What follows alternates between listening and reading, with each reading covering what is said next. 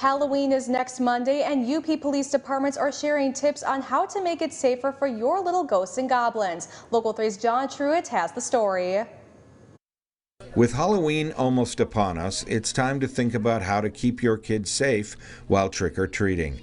Captain Jim Finkbeiner of the Marquette City Police Department has some common sense suggestions that will make this Halloween safe for everyone.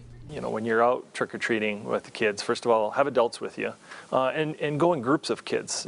Going out by yourself is never a good idea. You're just a lot better off in a group of kids, especially with an adult just kind of chaperoning the whole thing.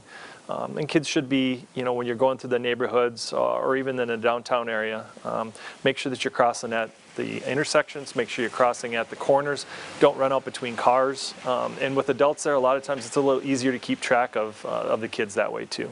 Make sure that the kids can see well, whether it's a mask or something else that may be covering their head. Make sure that they can see well. A lot of people will carry flashlights or even glow sticks. They're very inexpensive, and they'll last for hours, and you can either attach it to them or just carry them with you. So that's a good way also to be very visible. Marquette's Downtown Development Authority will be doing their part as well. This Saturday from 4 to 7 p.m., the 100 and 200 block of Washington Street will be closed to traffic so that downtown merchants can hand out candy to kids without the fear of dodging traffic.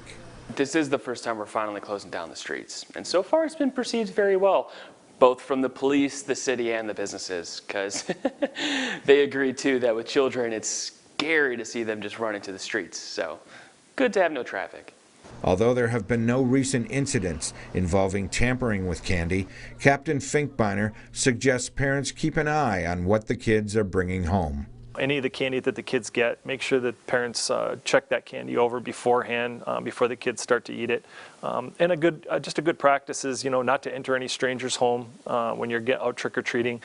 Don't take homemade candy or anything that's unwrapped. I would just discard that just to be safe. With COVID-19 waning, there will be more kids out this Halloween. Finkbeiner is asking motorists to be aware of children when driving through residential areas. Make sure that you kind of slow down in those areas. Expect the unexpected. With the kids out doing some trick-or-treating, that they do make mistakes. They may run out between cars. If you're slowing down, you have a better chance of making sure that nobody gets hurt. In Marquette, John Truitt, Local 3 News.